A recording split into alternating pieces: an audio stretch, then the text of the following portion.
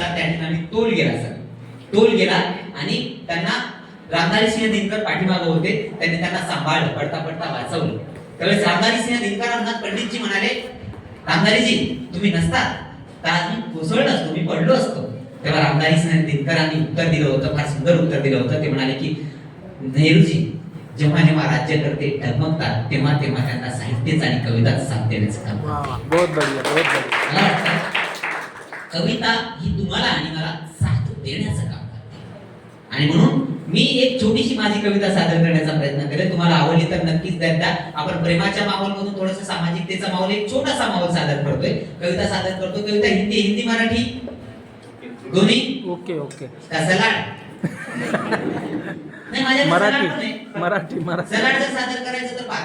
प्यार तूने किया, प्यार मैंने किया, प्यार तूने किया, प्यार मैंने किया, तेरे बिन ये कहीं लागे ना जिया, प्यार तूने किया, प्यार मैंने किया, दिल से दिल ये मिले जिंदगी बन गई, दिल से दिल ये मिले जिंदगी बन गई, जिंगलो मी इथे काकळे ना मला, प्यार तूने क्या बहुत बढ़िया, बहुत बढ़िया. ये इबादत मेरी मेरा है ये नशा. माझा आवाज चालला नाहीये, छान आहे, छान थोडा आहे. पहिल्याकडचा आवाज मी आकाशवाणीला वापरलाय. दिल से दिल ये मिले जिंदगी बन गई, ये इबादत मेरी मेरा है ये नशा, ये इबादत मेरी मेरा है ये नशा, तू माझी का नाही का कळे ना मला. वाह वाह वाह, क्या बात है, क्या बात, क्या बात. सलाड नावाचा प्रकार आहे. आणि दुसरी एक कविता तुमच्या समोर मुद्दामून सादर करण्याचा प्रयत्न करतोय. एक कलम से एक बात बोली. सरांना मी मुद्दामून व्हिडिओ पाठवला, सर म्हणले सर ती कविता होऊ द्या. एक कलम से एक बात बोली, मैं भी कलम तू भी नीली, मैं भी नीली तू भी लिखती कागज पे, मैं भी लिखती कागज पे, फिर क्यों तू लिख लेती है हर तरफ बुराई, मैं तो लिख लेती हूँ हर तरफ अच्छाई. देखो, एक कलम से एक बात बोली, मैं भी कलम तू भी नीली, मैं भी नीली तू भी लिखती कागज पे, मैं भी लिखती कागज पे, फिर क्यों तू लिख लेती है हर तरफ बुराई, मैं तो लिख लेती हूँ हर तरफ अच्छाई. तो फिर दूसरी कलम बोली, सुनो मेरी प्यारी बहना मैंने सब कुछ तेरा मान लिया, सुनो मेरी प्यारी बहना मैंने सब कुछ तेरा मान लिया, बहुत सारी खूबी है तुझमें और मुझमें, तू दिखती मेरे जैसी मैं भी दिखती तेरे जैसी, तू दिखती मेरे जैसी मैं भी दिखती तेरे जैसी, लेकिन तू हाथों में उसके है जो सब कुछ अच्छा देखता है, मैं हाथों में उसके हूँ जो दुनिया का हाल बताता है. क्या बात है, क्या बात. तू हाथों में उसके है जो सब कुछ अच्छा देखता है, मैं हाथों में उसके हूँ जो दुनिया का हाल बताता है. तू सांसें लिखती है मैं जान लिखती हूँ, तू सांसें लिखती है मैं जान लिखती हूँ, तू बेचैन नहीं किसी से मैं सुख चैन तलाश करती हूँ, तेरा नाता भी तो मैंने इस दौर में जाना है, गोड से हिटलर को तूने अपना ही तो माना है. या देशाचं दुर्दैव असं, या देशाचं दुर्दैव हे आहे की या देश स्वातंत्र्य झाल्याच्या नंतर या देशामध्ये ज्या माणसांना स्वतःला वाहून दिलं होतं त्याच माणसाची 6 महिन्यात हत्या केली. या देशाचं हे दुर्दैव आहे. आणि म्हणून तू लिखती मेरे जैसी मैं भी लिखती तेरे जैसी, लेकिन तेरा नाता भी तो मैंने इस दौर में जाना है, गोड से हिटलर को तूने अपना ही तो माना है, अरे हम जैसे गरीबों के लिए तू आंधी बनकर आई है, भूल न जाना मेरी ताकत नेहरू अम्बेडकर गांधी है. वाह, क्या बात है, क्या बात. जैसे गरीबों के लिए तू आंधी बनकर आई है, भूल न जाना मेरी ताकत नेहरू अम्बेडकर गांधी है. तू लिखती है धर्म मैं लिखती हूँ कर्म, तू लिखती है धर्म मैं लिखती हूँ कर्म, तेरा बंटवारे का नारा मेरा एकता का नारा, इसलिए अभी सच को आगे लिखने के लिए हम दोनों को क्या करना होगा. सुनो मेरी प्यारी बहना, सुनो मेरी प्यारी बहना, हम दोनों को क्या करना होगा, सच को आगे लिखकर संविधान को जिंदा रखना होगा. संविधान को वाह वाह, क्या बात है, क्या बात है, क्या बात. संविधान जिवंत राहण्याची तुमची आणि आमची जबाबदारी आहे. ही फार मोठी जबाबदारी आहे बरं का. छत्रपती शिवाजी महाराजांपासून शिवराय फुले शाहू आंबेडकरांपर्यंतची एक परंपरा आहे सर. आम्ही जबाबदारीच्या बाबतीमध्ये आदरणीय तुपे सरांच्या फिजिक्सचा नियम वापरतो. फिजिक्सचा नियम तुपे सर तुम्हाला फार चांगलं शिकवत असतील की जबाबदारी स्वीकारली पाहिजे, पण तुपे सरांची जबाबदारीच्या बाबतीतली विधानं तुम्ही स्किप करता, हाईड करता.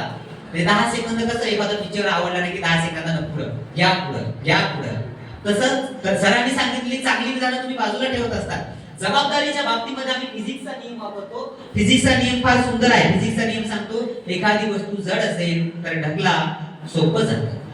जबाबदारीच्या बाबतीत नेमकं तेच झालं. आम्ही जबाबदारी उचलण्याऐवजी ढकलून मोकळं होतोय. मला वाटतं जबाबदारी उचलण्याची ताकद तुमच्या आणि आमच्यामध्ये असणं गरजेचं आहे.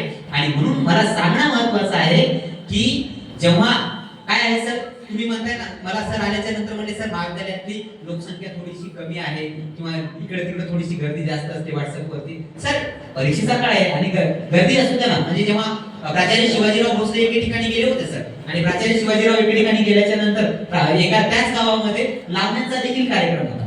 लावण्यांचा कार्यक्रम देखील होता. लावण्यांच्या कार्यक्रमाला प्रचंड गर्दी होती, पण त्या ठिकाणी व्याख्यानाला कमी गर्दी होती.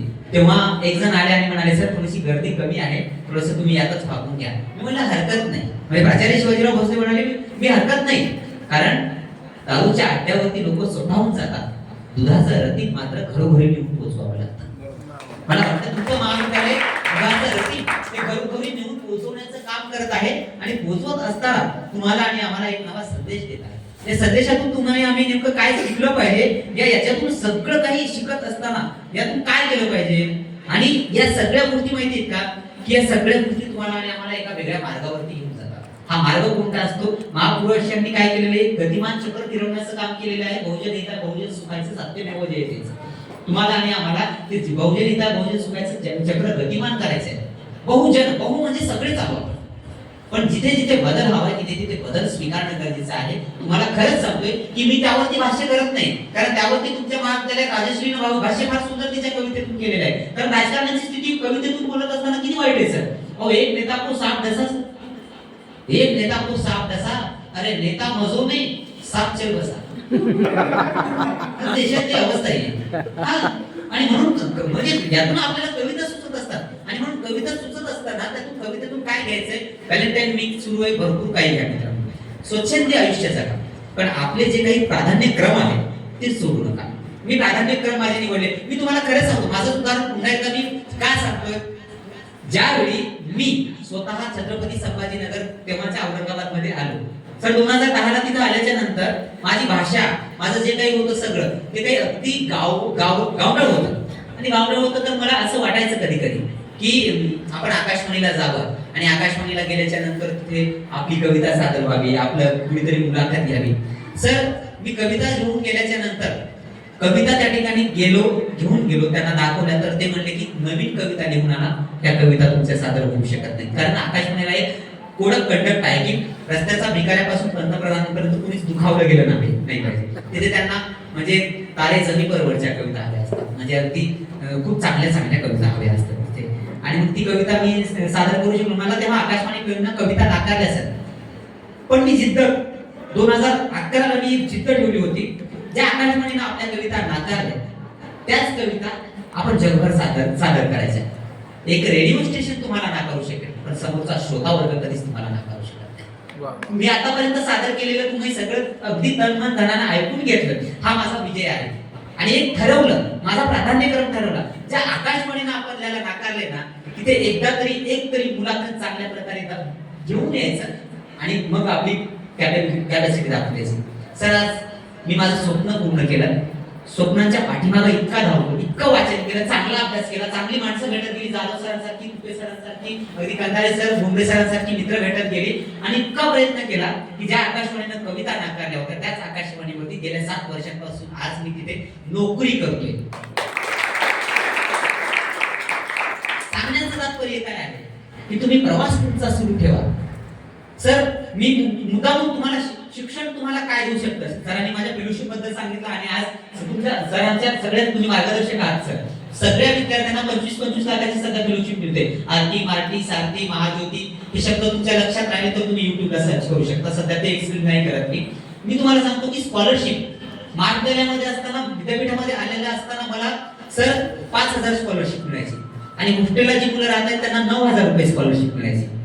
विचार केला की आपल्याला 9,000 स्कॉलरशिप मिळाली पाहिजे, यासाठी प्रयत्न केले पाहिजे. हॉस्टेलला माझा नंबर लागला नाही, कारण आपण पहिलेच बॅक बेंचर होतो. म्हणून मी आता इथं या लोकांसोबत बसताना मी आजही घाबरतो. बॅक बेंचर होतो, बॅक बेंचरचा आज इथपर्यंतचा प्रवास फार मोठा प्रवास आहे, प्रत्येकाचा एक मोठा प्रवास आहे, याचा सगळ्यात मोठा यांच्या काळात स्ट्रगल तर आपण झेलू शकत नाही. मोबाईल नव्हता, व्हॉट्सअप नव्हते, संपर्काची साधनं नव्हती. मी तो म्हणतो एकच जग, तोही एक झेंडा म्हणून सकाळी संध्याकाळी धुवायचा आणि सकाळी वायापर्यंत एक झेंडा म्हणून शाळा जवळ आली की घालायचं. ही अवस्था या पिढीनं पाहिली, आपण ती पाहिलेली नाही. आपल्याला खूप चांगला आहे. मी विचार केला की आपल्याला स्कॉलरशिप मिळाली पाहिजे, त्यानंतर इतके प्रयत्न केले, मला ती स्कॉलरशिप मिळाली नाही. पण नंतर रिसर्च मध्ये इतका चांगला संशोधनाचा अभ्यास केला की साठी माती आटी महायुती आता आलेले आहे. पण 2016 ला मी चांगला synopsis Rajiv Gandhi national research fellowship साठी दिल्लीला पाठवला सर. मला एमपी ला तेव्हा 24 लाख रुपयाची स्कॉलरशिप मंजूर होऊन आली. एवढ्या संधी उपलब्ध आहेत. आणि मला वाटतं की प्रत्येक जणांनी संशोधनच करायचं काय नाही करायचं. तुमच्या महाविद्यालयातून जी मुलं आज युथ फेस्टिवल मध्ये आहेत, खरं तर मला आनंद वाटतोय की त्या मुलांच्या डोळ्यांमध्ये विजेत्यांची चमक जी आहे ना, ती उद्या तुमच्यातला कोणीतरी ऍक्टर कलाकार घडवू शकेल. आणि उद्या तुम्ही कोणत्या तरी महाविद्यालयात माझ्यासारखं व्याख्यानासाठी या, नक्कीच या, 100% खात्री आहे. शेवटी आता काय बराच वेळ झाला, म्हणजे काय पोटात असेल तर ओठात येईल ना. मलाही भूक लागली, तुम्हाला लागले, किती कुणाचा अंत पाहायचा असं, म्हणजे अंत इतकाही पाहू नये. आणि मी तुमच्यासाठी एकदा जोरदार टाळ्या वाजवेल आणि सगळ्यांनी माझ्या